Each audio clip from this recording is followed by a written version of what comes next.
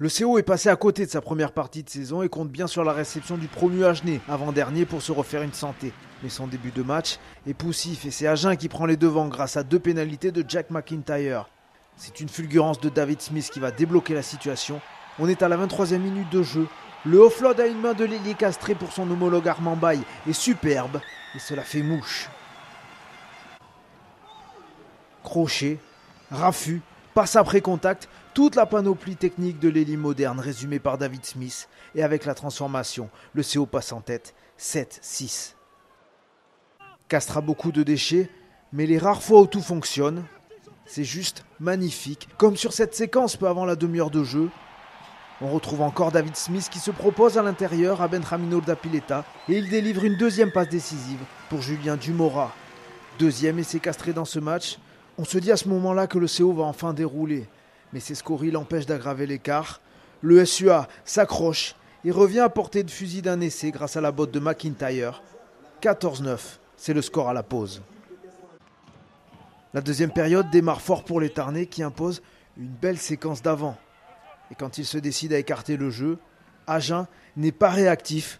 Urdapilleta allonge pour Dumora qui décale Baye sur un pas. Le retour intérieur pour Anthony Gelonge, cela paraît presque facile. Et le flanqueur castré, appelé par Guy Novès pour effectuer la tournée de novembre avec les Bleus, inscrit l'essai du bonus offensif virtuel pour Castres.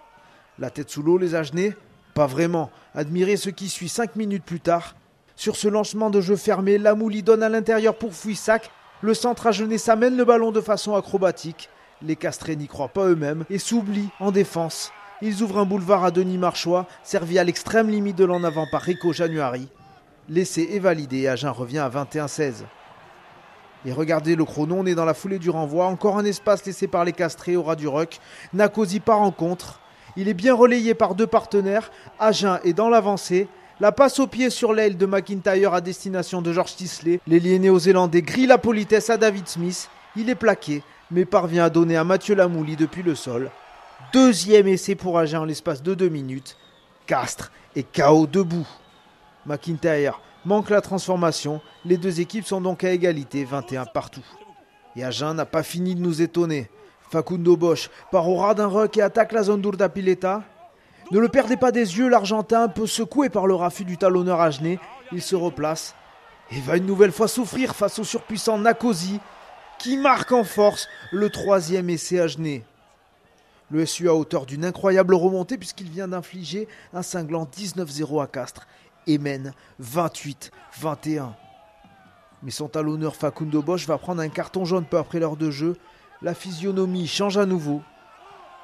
Et après avoir résisté plusieurs temps de jeu devant sa ligne, la défense agenaise craque sur cette charge d'Urdapilleta. La transformation est ratée. Le CO reste derrière, mais domine totalement la fin de match. Agen est à court de carburant. Et tout en force, Anthony Gelonge inscrit son 2e essai personnel de la journée. Castres va réussir à marquer un 6e essai à 3 minutes de la fin par l'intermédiaire de Julien Dumora et arrache le bonus offensif pour une victoire finale 43-28.